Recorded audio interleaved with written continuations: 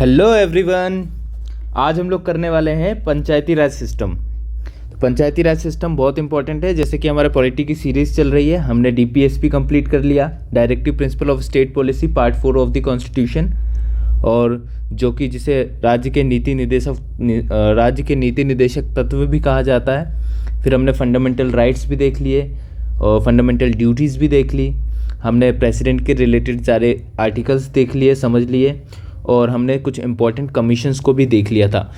उसी सीरीज़ को आगे बढ़ाते हुए हमारी पंचायती राज व्यवस्था की एक बहुत इंपॉर्टेंट टॉपिक है ये, और जो एग्ज़ाम के पॉइंट ऑफ व्यू से बहुत ज़्यादा पूछा जाता है, इसलिए इसे छोड़ना बहुत गलत होगा। इसे बहुत अच्छे से करना चाहिए क्योंकि ये बहुत ज़्यादा अभी हॉट टॉपिक बना हुआ है एग्ज़ाम के पॉइंट ऑफ व्यू से। तो आज शुरू करते हैं पंचायती राज व्यवस्था। पंचायती राज व्यवस्था जो है भारत के संविधान में पार्ट 9 में उल्लेखित है।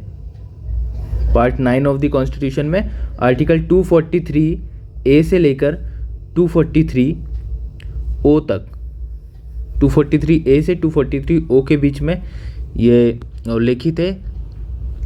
और इसमें क्या क्या होता है, क्यों इम्पोर्टेंट है, इसकी क्या ज़रूरत आन पड़ी, क्यों ये बहुत ज़्यादा ज़रूरी है, इन सब चीज़ों के बारे में डिस्कस करेंगे। और ये कैसे कैसे लागू किया गया, कैसे कैसे आया भारत में, ये सब चीज़ें हम डिस्कस करने वाले इसमें। सबसे पहले हम इसका एम देखते हैं कि ये एम क्या है, इसको बनाने के पीछे मकसद क्या है, किस मकसद के लिए ये बनाया गया है, इससे क्या होगा। तो इससे क्या होगा कि देखिए, सबसे पहले समझ लेते हैं कि भारत जो कैसा राज्य है, एक फेडरल सिस्टम है। ये भारत है, मान लीजिए, इसके अंदर एक स्टेट होता है, उस स्टेट के अंदर डिस्ट्रिक्ट्स होते हैं, और डिस्ट्रिक्ट के अंदर गाँव होते हैं, ठीक है। तो सेंट्रल की एक गवर्नमेंट होती है, एक स्टेट गवर्नमेंट होती है, एक लोकल गवर्नमेंट होती है डिस्ट्रिक्ट की, और डिस्ट्रिक्ट के अंदर गांव होते हैं, गांव के अंदर होते हैं पंचायती राज सिस्टम, ठीक है। अब जब सेंट्रल गवर्नमेंट की योजनाएं जो हैं पूरे देश के लिए बनाई जाती हैं, स्टेट गवर्नमेंट की योजना स्टेट के लिए होती है, लोकल गवर्नमेंट में म्यूनसिपैलिटी होती है, लोकल गवर्नमेंट, और गांव, जहां गांव देहाती क्षेत्र होता है, वहां पे पंचायती राज व्यवस्था लागू की जाती है। पंचायती राज व्यवस्था किस लिए लागू करी जाती है? जिस क्षेत्र में आबादी कम है, पिछड़ा इलाका है, और वहाँ के लोगों को सेल्फ गवर्नमेंट के लिए एक सिस्टम बनाया गया जिसके द्वारा वो अपने ऊपर खुद राज कर सकें और खुद अपनी समस्याओं का निराकरण कर सकें, और उसको सपोर्ट करती है सरकार। तो इस तरह के सिस्टम को बनाने के लिए पंचायती राज व्यवस्था लाई गई है। तो इसको समझते हैं। एम क्या है इसमें? मजबूत और सक्षम बनाना। किसको? गांव को मजबूत बनाना और सक्षम बनाना। गांव तक सारी नीतियां, सारे जो स्कीम्स जो हैं सरकार की, वो सब पहुंच सके, गांव के लोग अपने आप को मजबूत बना सकें, सशक्त बना सकें, इसलिए ये पंचायती राज व्यवस्था आई थी। सेल्फ गवर्नमेंट का एक सिस्टम है ये। सेल्फ गवर्नमेंट मतलब स्वशासन का सिस्टम है, मतलब वहाँ गाँव के लोग हैं वो अपने आप के ऊपर खुद शासन करते हैं। ये असल में लॉर्ड रिपन के समय पे स्वशासन का कंसेप्ट आया था। 1880 से 1884 के बीच में लॉर्ड रिपन जो थे, उनके समय पे काल में स्वशासन का एक सिस्टम आया था। पंचायती राज का स्वर्णिम काल कहा जाता है लॉर्ड रिपन के समय को। और स्वतंत्रता प्राप्ति के बाद भारतीय संविधान में भाग 4 के नीति निदेशक तत्व के अनुच्छेद 40 में ग्राम पंचायत का गठन और शक्ति प्रदान करने की बात कही गई है। पर पंचायती राज संस्थान को कई संवैधानिक दर्जा नहीं दिया गया था। तो बात समझिए इस बात को। जब हमने डीपीएसपी करा था तो उसमें हमने पार्ट 4 देखा था, भाग 4 में देखा था कि अनुच्छेद 40 में क्या दिया गया है। अनुच्छेद 40 में ग्राम पंचायत के बारे में गठन की बात करी गई है। ये गांधीयन मॉडल पर आधारित था। गांधी जी ने इसको बोला था कि 40 एक पंचायती राज व्यवस्था भारत में आनी चाहिए। तो अनुच्छेद 40 के हिसाब से ग्राम पंचायत का गठन का उल्लेख करी गई थी। अब आपको पता ही है कि डीपीएसपी की बात क्या है। डीपीएसपी जो है राज्य को बोलता है, स्टेट को बोलता है कि जो डीपीएसपी में दिए गए जो इंस्ट्रक्शंस हैं, उन्हें आज नहीं तो कल उन्हें फॉलो कराने की कोशिश करते रहना है, उन्हें फॉलो करवाना है। तो उसी सीरीज़ में आगे बढ़ते हुए तो अनुच्छेद 40 के तहत ग्राम पंचायत का गठन हुआ बाद में। उसके बाद पंचायती राज संस्थान का कोई संवैधानिक दर्जा नहीं दिया गया था, बस पंचायती राज व्यवस्था चल रही थी। फिर इसका संवैधानिक दर्जा बाद में दिया गया, हम इसको समझेंगे। पंचायती राज व्यवस्था हेतु बहुत सी समितियों का निर्माण किया गया कि पंचायती राज व्यवस्था किस तरह से लागू करी जाए, किस तरह से पंचायती राज व्यवस्था बनाई जाए। तो सबसे पहले बलवंत राय मेहता समिति बनाई गई। 1957 की बात है। 1957 में बलवंत राय मेहता समिति बनाई गई। ये त्रिस्तरीय पंचायती राज व्यवस्था का इन्होंने सुझाव दिया। त्रिस्तरीय पंचायती राज व्यवस्था क्या है? जिसमें गांव के स्तर के विकास के लिए ग्रामीण पंचायत बनाई जाए, खंड या ब्लॉक स्तर के विकास के लिए पंचायती राज समिति बनाई जाए और जिला स्तर के विकास के लिए जिला परिषद बनाया जाए। तो ये त्रिस्तरीय पंचायती राज व्यवस्था होती है। फिर से इसको सुनिए, त्रिस्तरीय पंचायती राज व्यवस्था क्या है? त्रिस्तरीय मतलब 3 स्तर होंगे उस व्यवस्था में। ये सुझाव दिया गया था किसके द्वारा? बलवंत राय मेहता समिति के द्वारा। कब? 1957 में। और इसमें क्या बोला गया? कौन से 3 स्तर की बात करी गई? ये 3 स्तर देखिए। 3 स्तर में जो आते हैं, गांव स्तर के विकास के लिए ग्राम पंचायत बनाया जाएगा, खंड एवं ब्लॉक स्तर के विकास के लिए पंचायती राज समिति बनाई जाएगी और जिला स्तर के विकास के लिए जिला परिषद बनाया जाएगा। तो क्या हुआ आगे चल के? इस सुझाव को सबसे पहले राजस्थान में स्वीकार किया गया कि हाँ, ये सही सुझाव है, इस तरह का कुछ काम होना चाहिए। तो राजस्थान में विधानसभा ने और 1959 में 1959 में पंचायती राज व्यवस्था का अधिनियम पारित किया और 2 अक्टूबर 1959 में राजस्थान के नागौर जिले में पंडित जवाहरलाल नेहरू ने पंचायती राज व्यवस्था की शुरुआत करी, नींव रखी। तो ये सवाल बहुत पूछा जाता है, सबसे पहले पंचायती राज व्यवस्था कहाँ लागू करी गई थी? याद रखिएगा, राजस्थान के नागौर जिले में इसकी शुरुआत करी गई थी। कब करी गई थी? 2 अक्टूबर गांधी जयंती के दिन 1959 में की गई थी, 1959 में करी गई थी। ठीक है। और किसने करी थी? पंडित जवाहरलाल नेहरू जी ने करी थी, याद रखिएगा। राजस्थान के बाद आंध्र प्रदेश में शुरू किया गया था। मतलब यदि पूछ ले कि दूसरी जगह कौन सी थी जहाँ पर पंचायती राज व्यवस्था लागू करी गई थी, वो था आंध्र प्रदेश।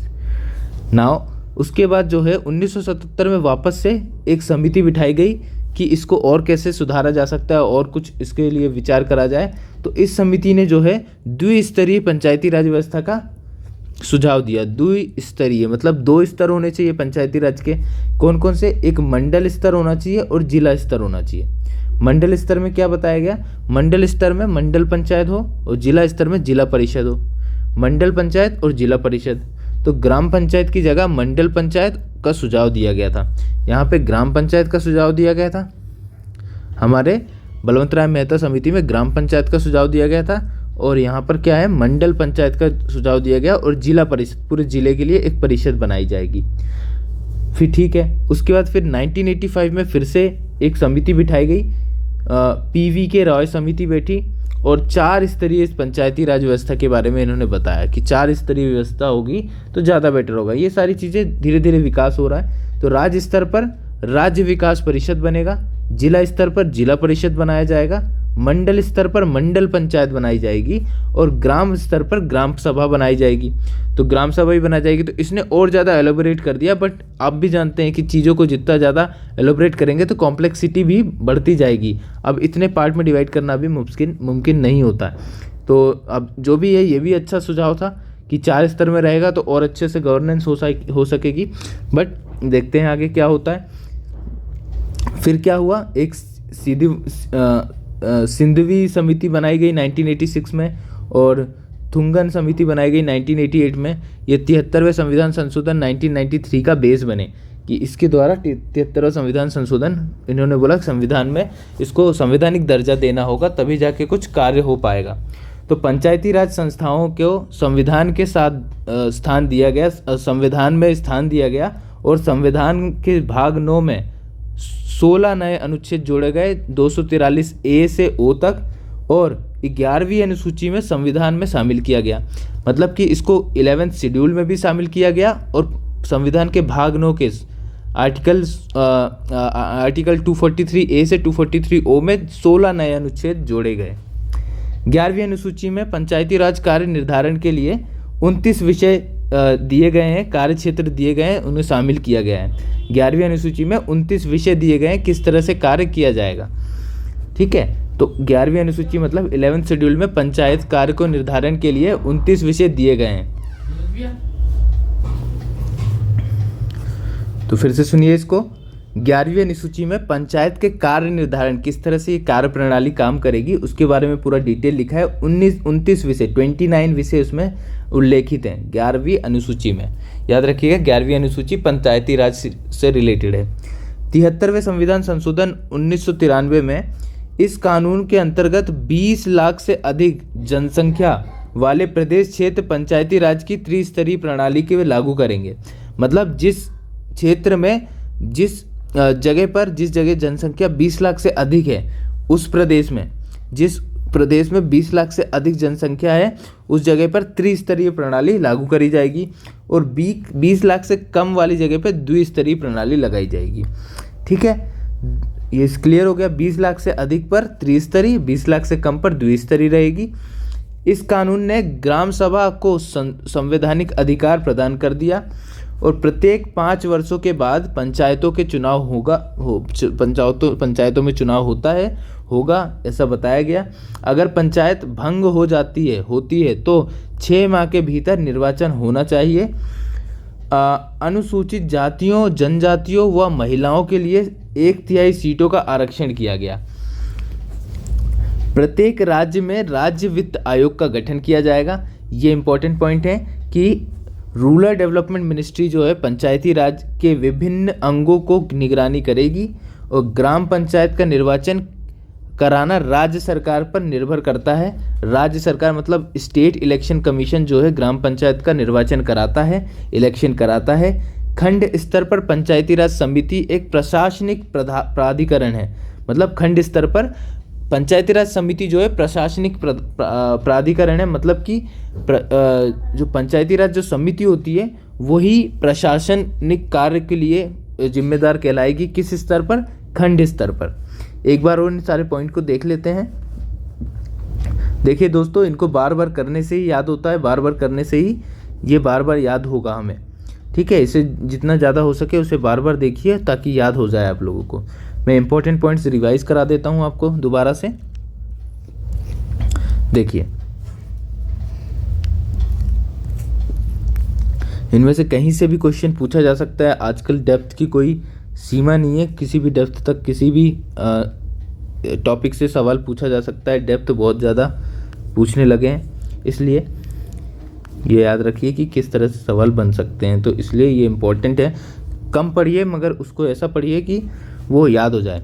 तो याद रखिए 73वें संविधान संशोधन 1993 में क्या हुआ, इसे पंचायती राज व्यवस्था को संस्थाओं को संविधान में स्थान दिया गया और संविधान के भाग 9 में 16 नए अनुच्छेद जोड़े गए जो कि 243 ए से 243 ओ तक रहेगा और 11वीं अनुसूची को भी जोड़ा गया जो कि संविधान में शामिल है। ठीक है, अनुसूची मतलब शेड्यूल होता है। शेड्यूल में 11th शेड्यूल में भी जोड़ा गया। 11th शेड्यूल में क्या दिया गया है? 11th शेड्यूल में पंचायतों के कार्य निर्धारण के लिए 29 विषय का उल्लेख किया गया है कि 29 विषय क्या क्या कार्य क्षेत्र होंगे पंचायती राज के। पंचायती राज की सीमाएं बनाई गई कि उसको कहाँ तक कार्य करना है को शामिल किया गया। उसके बाद 73वें संविधान संशोधन 1993 में ही ये सारी बातें लिखी हुई हैं। इस कानून में क्या लिखा हुआ है? इस कानून के अंतर्गत 20 लाख से अधिक जनसंख्या वाले प्रदेश क्षेत्र पंचायती राज को त्रिस्तरीय प्रणाली के द्वारा चलाया जाएगा। मतलब 20 लाख से अधिक यदि जनसंख्या है किसी पर्टिकुलर एरिया में, 20 लाख से अधिक जनसंख्या है यदि किसी पर्टिकुलर एरिया में, तो क्या होगा, उस जगह पर त्रिस्तरीय प्रणाली लागू करी जाएगी। 20 लाख से अधिक पर त्रिस्तरीय प्रणाली और जहां 20 लाख से कम है वहां द्विस्तरीय प्रणाली लागू करी जाएगी। ठीक है, और क्या इस कानून में लिखा है? इस कानून ने ग्राम सभा को संवैधानिक अधिकार प्रदान किया कि ग्राम सभा जो है वो एक संवैधानिक रूप से कार्य करेगी।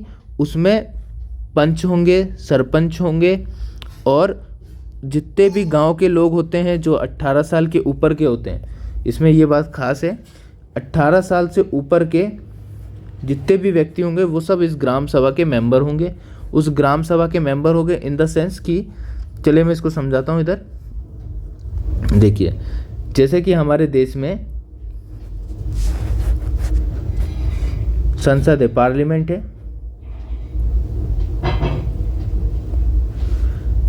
उसी प्रकार राज्यों में विधानसभा है, विधानसभा मतलब लेजिस्लेटिव असेंबली है।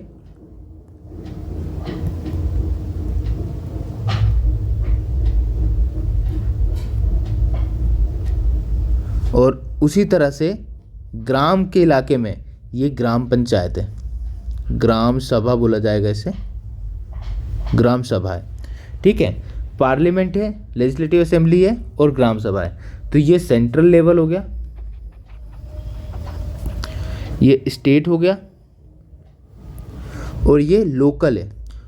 अच्छा, ग्राम सभा जो है विलेज लेवल पर है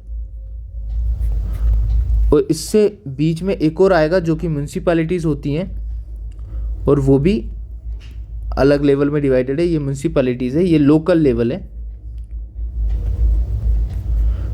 लोकल गवर्नमेंट जिसे कहा जाता है। तो देखिए पार्लियामेंट का जो हेड है, पार्लियामेंट का जो हेड है स्पीकर कहलाता है। पार्लियामेंट में दो पार्ट हैं वैसे भी हमें पता है, एक राज्यसभा है, एक लोकसभा है, एक राज्यसभा एक लोकसभा है। वैसे स्टेट लेजिस्लेटिव असेंबली जो है उसमें भी दो हैं। स्टेट लेजिस्लेटिव असेंबली में एक लेजिस्लेटिव काउंसिल होती है, एक मतलब विधानसभा होती है, एक विधान परिषद होता है। तो विधानसभा और विधान परिषद, विधानसभा और विधान परिषद होता है, बट ज़रूरी नहीं है कि हर राज्य में विधान परिषद हो। विधानसभा हर राज्य में होती है बट विधान परिषद कुछ ही राज्यों में है, 5 राज्यों में। उसके लिए ट्रिक भी है, मैं आपको यहीं पे लिखा देता हूँ। उसके लिए आप ट्रिक से याद कर सकते हैं, तू भी मजा कर। टी से तेलंगाना,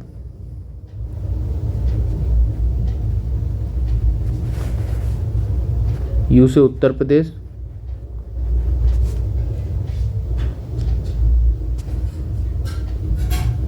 भी से बिहार,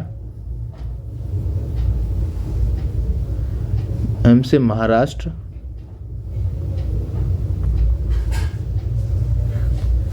ये जेड नहीं आएगा, जे आएगा, पर जे में जम्मू कश्मीर में पहले हुआ करती थी बट अभी तो ये हमारा यूनियन टेरिटरी बन गया है। कैसे? कर्नाटक। तो ये इतने राज्य हैं जहाँ पर विधान परिषद है, विधान परिषद है, याद रखिएगा। 1 2 3 4 5, ये 5 राज्य हैं जहाँ पर विधान परिषद अभी भी कार्यरत है। तो विधान परिषद जो है आपको इन 5 राज्यों में मिलेगी।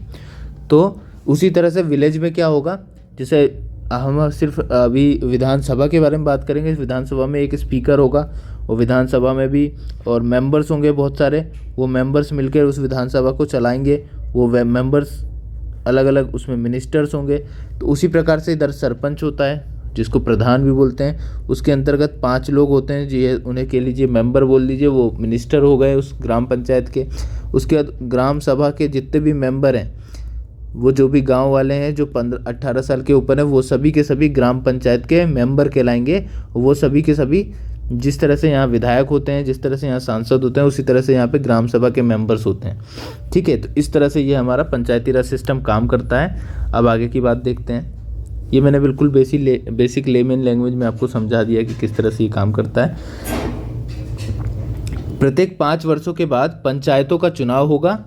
अगर पंचायत भंग होती है तो 6 माह के भीतर निर्वाचन होगा। अगर पंचायत भंग हो जाती है किसी भी कारणवश तो 6 माह के भीतर निर्वाचन होगा। और निर्वाचन कौन कराएगा? स्टेट लेजिस्लेटिव असेंबली की स्टेट इलेक्शन कमीशन की जिम्मेदारी होगी। स्टेट इलेक्शन कमीशन इसकी जिम्मेदारी लेता है। स्टेट इलेक्शन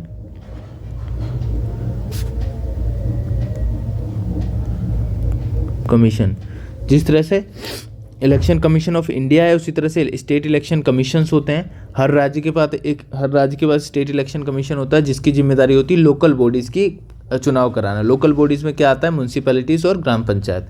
इनके चुनाव कौन कराता है? स्टेट इलेक्शन कमीशन कराता है। और इलेक्शन कमीशन ऑफ इंडिया जो है राष्ट्रपति, उपराष्ट्रपति, प्रधानमंत्री, मेंबर ऑफ लेजिस्लेटिव असेंबली और मेंबर ऑफ पार्लियामेंट, ये और इन सब के चुनाव जो है कौन कराएगा? इलेक्शन कमीशन ऑफ इंडिया कराएगा। और देखिए अनुसूचित जातियों जनजातियों तथा महिलाओं के लिए 1/3 सीटों का आरक्षण कर दिया गया है। मतलब इसका कहने का मतलब ये है कि लेट से कि ये जो है, मैं खाली जगह पे बनाता हूँ, लेट से इतनी सीटें हैं तो 1/3 मतलब हो गया,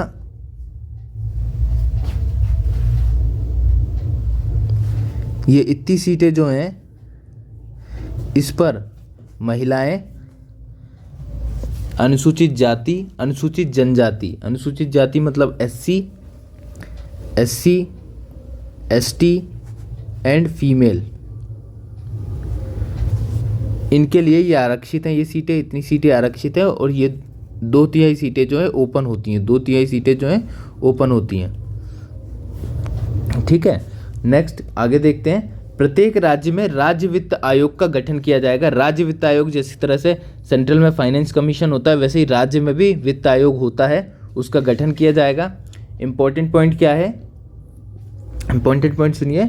रूरल डेवलपमेंट मिनिस्टर पंचायती राज के विभिन्न अंगों की निगरानी करेंगे। वैसे कौन है अभी रूरल डेवलपमेंट मिनिस्टर? पंचायती राज मंत्री कौन है? गिरिराज सिंह है, याद रखिएगा।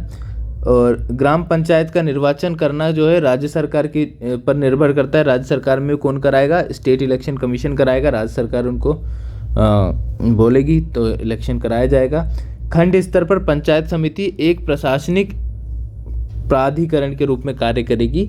खंड स्तर पर पंचायती राज समिति जो होती है वो प्रशासनिक प्राधिकरण के रूप में काम करती है। चलिए, इतना था पंचायती राज व्यवस्था सिस्टम। यदि आपको समझ आया तो please like, share and subscribe करिएगा और इसको 1-2 बार और देखिएगा ताकि ये आपको अच्छे से अंतर्करण से इसको पूरी तरह से आपके दिमाग में बैठ जाए। इसी नोट के साथ मैं आपसे विदा लेना चाहूँगा। धन्यवाद।